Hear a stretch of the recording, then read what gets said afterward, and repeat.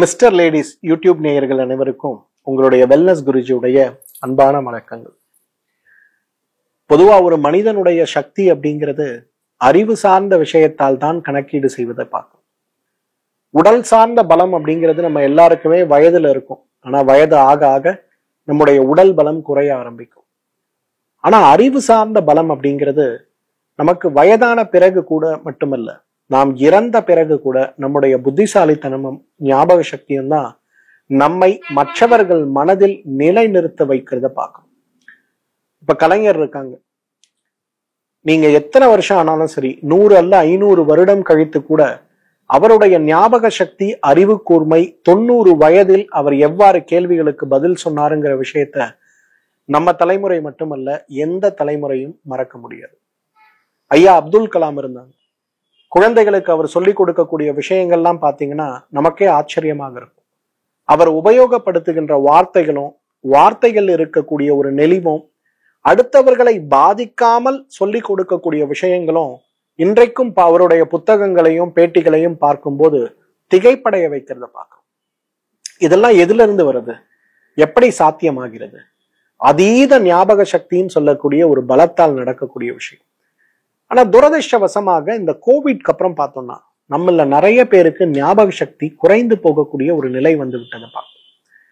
3 காரணங்கள் நமக்கே தெரியும். ஒண்ணு, குழந்தைங்க எல்லாரும் இன்னைக்கு கேட்ஜெட்ஸ்குள்ள போயிட்டாங்க. அதுக்கு முன்னாடி ஒரு குழந்தை மொபைல் கேட்கணும், இல்ல மொபைல் பார்க்கணும், டேப் கேட்கணும், லேப்டாப் கேட்கணும்னா அதுக்கு ஏதாவது ஒரு காரணம் இருக்கணும்.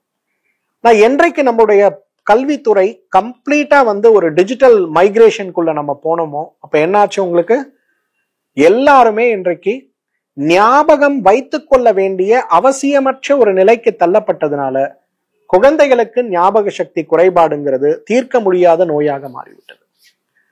நீங்களே யோசிச்சு பாருங்களேன், ப்ரீ கோவிட் நீட்டோட பரீட்சையோட டஃப்னஸும் போஸ்ட் கோவிட் நீட் பரீட்சையோட டஃப்னஸும் எப்படி இருக்குன்னு பாருங்களேன். இன்னைக்கு அவ்வளவு ஸ்ட்ரெஸ்ஸ குழந்தைங்க எடுக்கிறாங்க. நம்ம யோசிக்கிறோம், இது என்ன இவ்வளோ கஷ்டமா, இவ்வளோ கஷ்டமான. 1996 வரையிலும் தமிழ்நாட்டுல என்ட்ரன்ஸ் எக்ஸாம் வச்சிருந்தாங்க. அப்ப என்ட்ரன்ஸ் எக்ஸாம்ல வைக்கும்போது அந்த தலைமுறையை சேர்ந்தவர்கள், நான் உட்பட, அப்பெல்லாம் இன்ஜினியரிங் மெடிக்கலுக்கு ஒரு என்ட்ரன்ஸ், லாக்கு ஒரு என்ட்ரன்ஸ், ஆர்கிடெக்டுக்கு ஒரு என்ட்ரன்ஸ்னு இருக்கும். அதெல்லாம் எழுதும்போது கூட இவ்வளவு பெரிய ப்ரெஷர்லாம் நமக்கு வந்ததில்லை. ஆனா கோவிடுக்கு அப்புறம் பார்த்தோம்னா குழந்தைகள் எல்லாருமே டிஜிட்டலுக்கு மாற ஆரம்பிச்சதுனால டிஜிட்டல்ல பார்க்கும்போது புரிந்து கொள்ளக்கூடிய விஷயமாக அது இருந்தாலும் அந்த இடத்துல மூளையுடைய செயல்பாடு, ஞாபக சக்தியோட செயல்பாடு குறைந்து போனதுனால இன்றைக்கு குழந்தைகள் படிப்பதற்கு மட்டுமல்ல, அந்த குழந்தைகள் படிப்பை முடித்து வேலைக்கு செல்லுகின்ற இடங்கள்ல கூட அவ்வளவு பெரிய சிரமத்தை சம்பாதித்து கொண்டிருக்கிறத நான் பார்க்கிறேன்.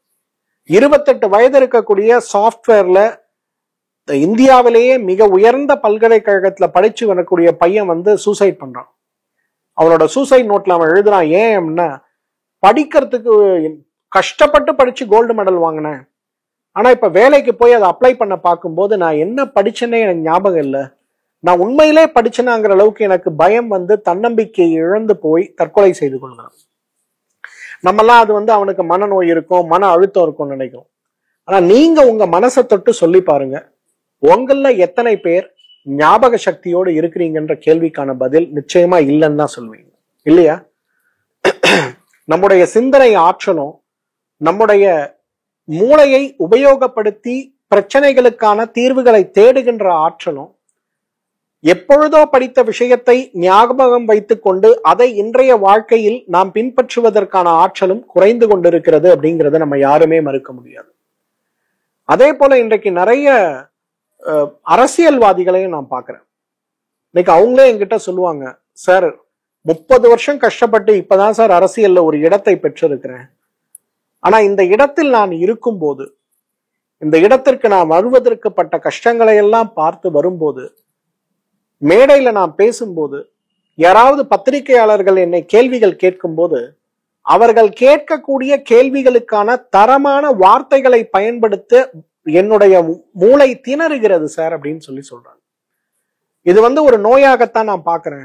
ஏன்னா என்னோட ability to address the problem அப்படிங்கிறது வேற.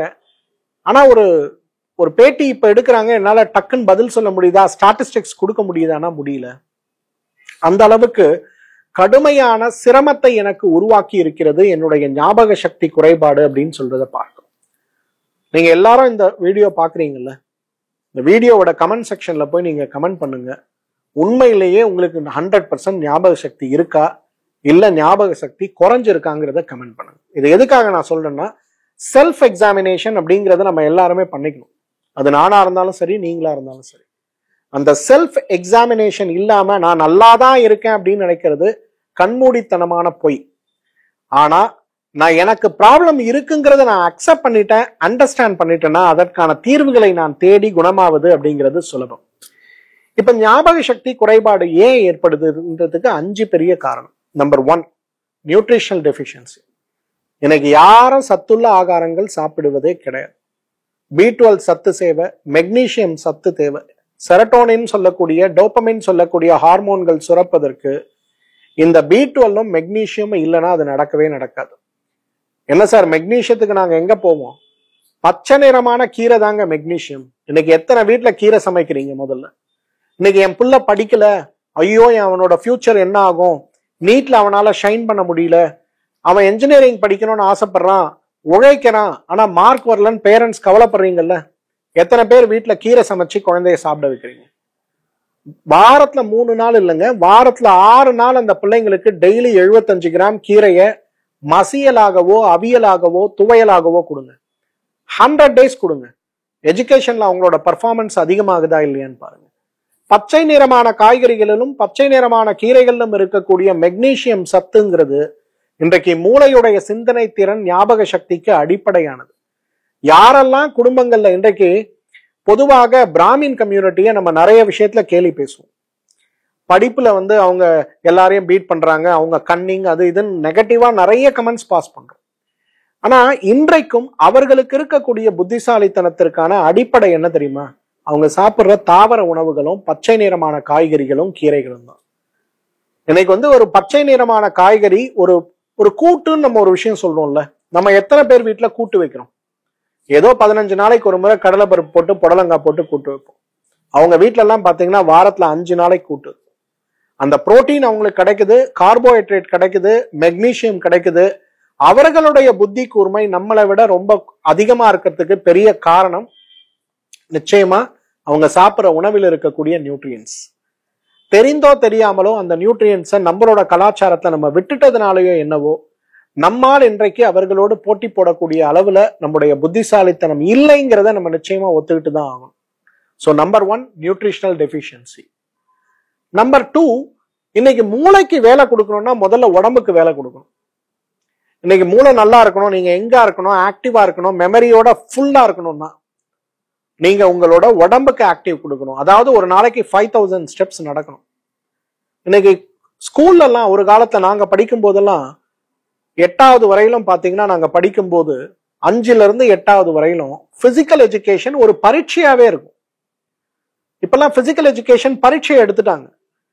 ஜஸ்ட் அதை ஒரு நாம்கே வாஸ்தாங்கிறது தான் எல்லா ஸ்கூல்லையும் வச்சிருக்காங்க. ஆனா பிசிக்கல் எஜுகேஷன் அப்படிங்கிறது ஒரு சப்ஜெக்டா இல்லாம ஒவ்வொரு நாளும் கடைசி வகுப்பு சாயந்தரம் 4:30 இருந்து 5:30 வரையிலும் தினசரி பள்ளிக்கூடத்தில் இருக்கக்கூடிய கிரவுண்ட்ல ஏதாவது ஒரு பிசிக்கல் ஆக்டிவிட்டி, ஒரு தம்ஸ் எடுக்கிறது, இல்ல ஒரு புல்அப் பண்றது, ஒரு புஷ்அப் பண்றது, இதை ரெகுலரா சொல்லிக்கிட்டே இருப்பாங்க.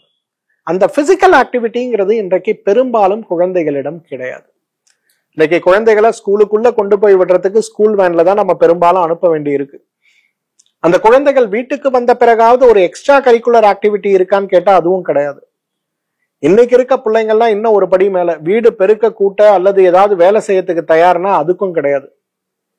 நிறைய வீடுகள்ல நான் பாக்குறேன், குழந்தைகள் சோஃபால சாஞ்சி உட்காந்துட்டு அப்பாவை கூப்பிட்டு அம்மாவை கூப்பிட்டு தண்ணி எடுத்துட்டு வா, ஸ்நாக்ஸ் சாப்பிட்டுட்டு கை கழுவத்துக்கு தண்ணி அப்படியே அங்கேயே போட்டு ஓரமா வச்சுட்டு இதை கிளீன் பண்ணிருன்னு சொல்லி படுத்து கிடக்கின்ற அளவுக்கு செல்லத்தை கொடுத்திருக்கக்கூடிய வகையில நம்ம சீர்கெட்டு போயிருக்கிறதுனால, உடல் உழைப்பு அற்ற நிலையில் குழந்தைகள் இருக்கிறதுனால அதுவும் அவர்களுடைய ஞாபக சக்தியை குறைக்குது. ரொம்ப கேர்ஃபுல்லா இதை நம்ம ஹேண்டில் பண்ணும். 3வது ரொம்ப முக்கியமா நம்ம பார்த்துக்க வேண்டியது, உண்மையிலேயே நமக்கு ஞாபக சக்தி குறைபாடு இருக்காங்கிற ஒரு மெடிக்கல் கன்சல்டேஷன் இன்னைக்கு ரொம்ப அவசியங்க. ஏன்னா நிறைய பேர் சைக்கலாஜிக்கலா நமக்கு ஞாபக சக்தி குறைபாடோட நான் இருக்கும் போல இருக்குன்னு நினைப்பாங்க. ஆனா சில நம்ம எக்ஸாமினேஷன் பண்றோம், அவங்க கிட்ட கேள்விகள் பேசணும் போது நமக்கு அது இருக்கான்னு இல்லையான்னு பார்த்தா இருக்காது. நம்ம பயத்துல அப்படி இருப்போம். சோ அந்த மாதிரி ஏதாவது ஒரு ரீசன்ஸ் இருக்கா அப்படிங்கறத நம்ம பார்க்கணும்.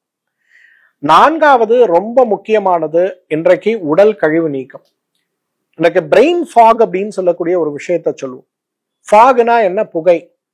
அதாவது நம்ம யோசிக்க வரக்கூடிய விஷயத்தை யோசிப்பதற்கு ஏற்றாற் போல மூளைக்கு தேவையான ஆற்றல் இருந்தாலும் செயல்படுவதற்கு தேவையான ஆற்றலற்ற நிலைமைக்கு தான் பிரெயின் ஃபாக்னு சொல்லுவோம். நம்ம கிட்ட ஒரு பிரச்சனையை கொண்டு வந்து ஒருத்தருக்கு சொல்லும் போது, ஓ இதுதான் பிரச்சனை ஆரம்பம், இப்படி போயிருக்கு, இந்த பிரச்சனை இந்த நிலையில இருக்கு, இதை மாற்றுவதற்கு நம்ம இதை செய்யணுங்கிற ஒரு முடிவு எடுக்கிறோம் இல்லையா? இந்த பிரெயின் ஃபாக் அப்படின்னு சொல்லக்கூடிய இந்த விஷயம் இருக்கும்போது நம்மால அது செய்யவே முடியாது.